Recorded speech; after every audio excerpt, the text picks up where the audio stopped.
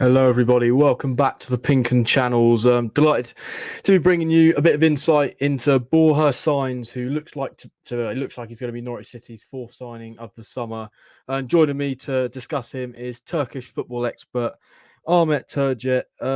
Thanks for joining me this afternoon, Ahmet. Really do appreciate your time. We're just going to get straight into it.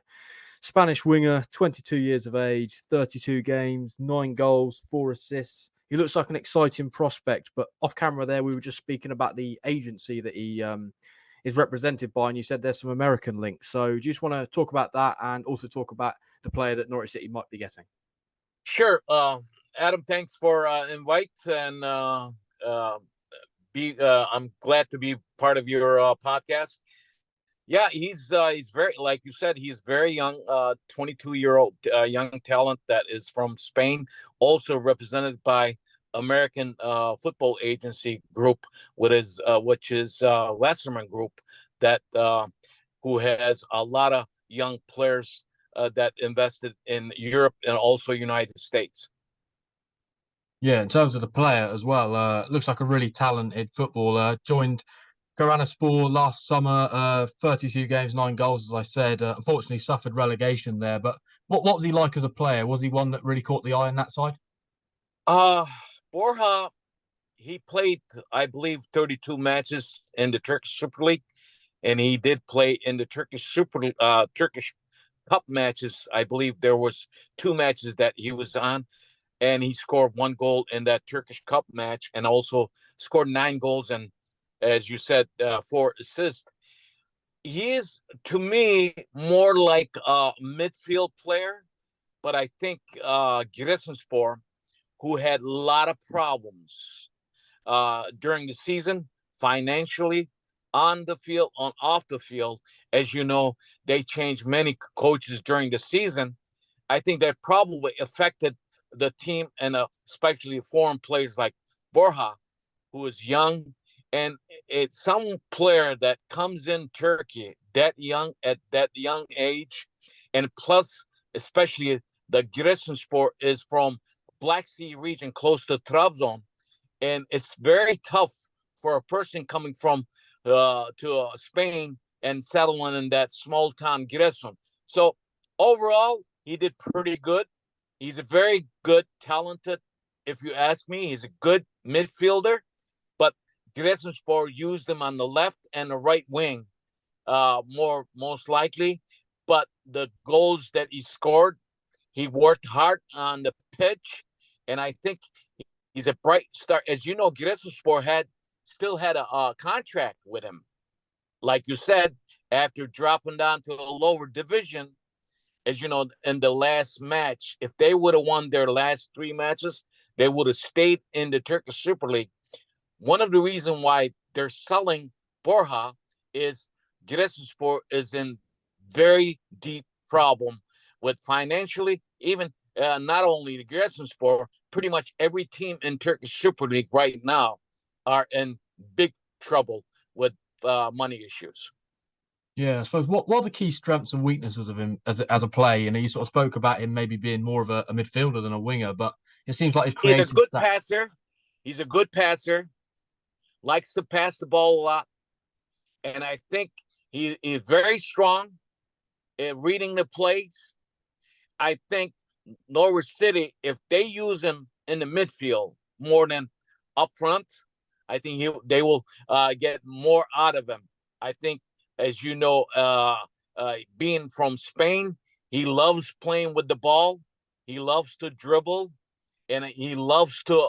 One good thing about him, when he gets the ball, his head is always up, looking around. So that's why I say I think Giresunspor made probably in many matches made a wrong decision not playing in the middle, in the center.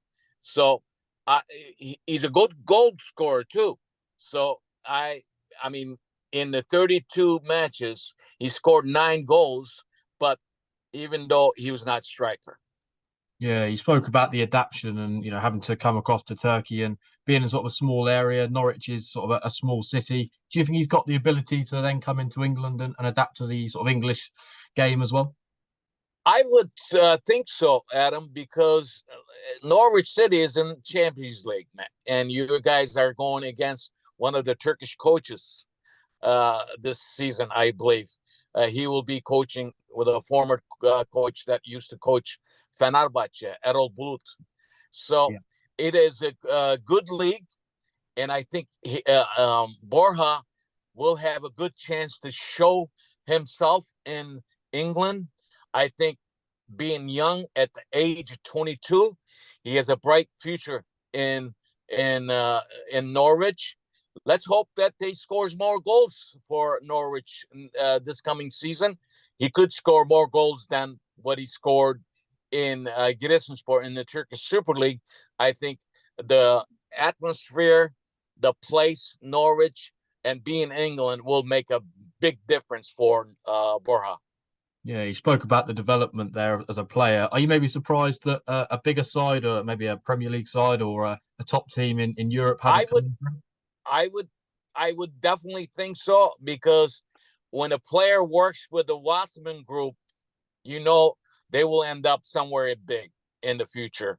And a player like that who's 22 years old, I don't think Wasserman Group is not going to invest anything if they don't see a bright future in a player. And being U19 national team player for Spain, I think Borja has a good chance making a name for himself in the coming years. Yeah, you mentioned at the start about the contract situation. It looks like Norwich are going to be able to pick him up on a free transfer. Is that maybe a little bit disappointing from a sort of Turkish football side that you haven't managed to attract a fee for sort of such a good player? Well, like I said, they're probably desperate to let him go because they can't afford his contract. Yeah. All right. And Giresunspor is, being knowing these teams, they had a pretty good chances to stay in the league. They could not do that because uh Giresunspor, I know fact, they're in big trouble. You might see this team going down to amateur level in a few years because the money that they owe to the players, and it's outstanding. It's just ridiculous.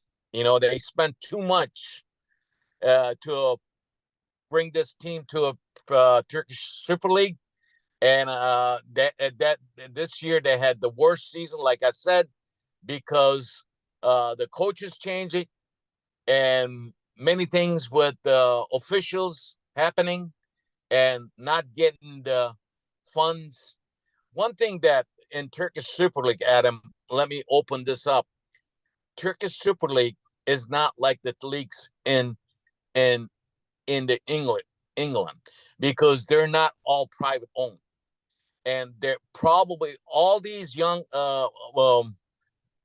probably the owners that come in, the rich owners, they want to make a name for themselves, but they don't uh, put the money that they promise, and then the the fans that comes to the game does not support the team whole season. The broadcast copyrights from the whoever's doing the league matches live, the money is not enough for these teams. The only big share is covered by the big teams like Fenerbahce, Beşiktaş, and Galatasaray. And these small teams doesn't get the most money. So when you don't have when you have a small base of fans and not supporting the team, and this structure has to change in Turkish Super League. Otherwise, that's why we have a lot of problems with teams that having hard time paying players and then hard time paying the bills.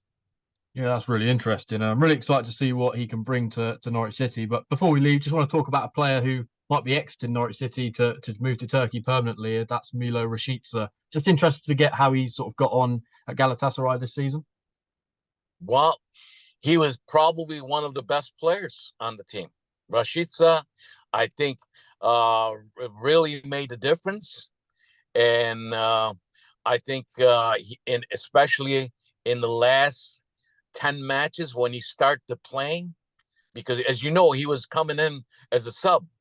Yep. In many games he started, and Rashica clicked with Icardi and Kerem Aktürkoğlu. He was the workhorse of the team in the last probably 10 matches. That's why Okan Buruk, the coach of Galatasaray team, he wants him to stay. But I think right now, I don't think the officials hasn't been done anything signed yet. But I think their future. I think they want to keep. Galatasaray wants to keep Rashica in the Galatasaray team. We'll see, because I think there's going to be a lot of things going on with Icardi, because Icardi right now, we don't know if he's coming or not, but Rashica is a very good player. Yeah, I really do appreciate your time this afternoon there, Ahmet. I think you've got a podcast, haven't you? Just want to plug that, so where people can find your Turkish content. No problem, Adam. Thanks for inviting me again. You could find me on Twitter at Turkish Soccer, and also big follower on Facebook. Just write down Turkish football or Turkish soccer. I'm also on Instagram. Thanks for that input. Nice talking to you, Adam. We'll talk some other time. Maybe when we see Borja doing really good in Norwich City, we'll have a couple of words with you. That would be great. Really appreciate your time this afternoon. And with that, we'll round off the show. Thanks for joining us on this podcast if you're listening in. And yeah, fingers crossed, Borja Sainz can be an exciting player for Norwich City next season.